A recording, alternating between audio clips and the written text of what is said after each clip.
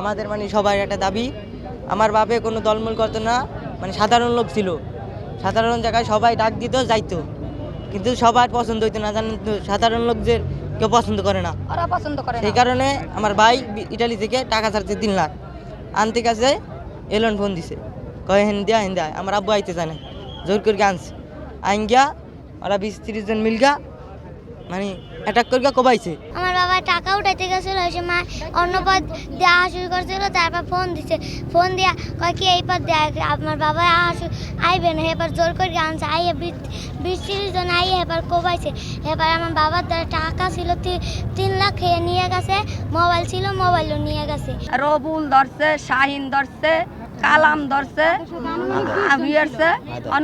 হায়দার আসছিল, এরপর আনজমাদার হুকুম দিয়ে দিছে এইটি তোরা করবি, তোকে জায়গায় তোকে টাকা পয়সা দিমু। যারা বিপদে পড়ে তাদের পাশে থাকাই মানে না থাকে, এই জন্য তারা সবসময় বেআইনি কাজ করে, যাতে খারাপ কাজ সেগুলা করে। আমার চাচা ভালো কাজ করে, এই জন্য তাদের পছন্দ না, এক দলে ফালাইছে, তারা ঠেলে ফালাইছে। তাদের ফাঁসি দিবেন, না হলে আমার স্বামীকে আমার কাছে ফেরত দিবেন।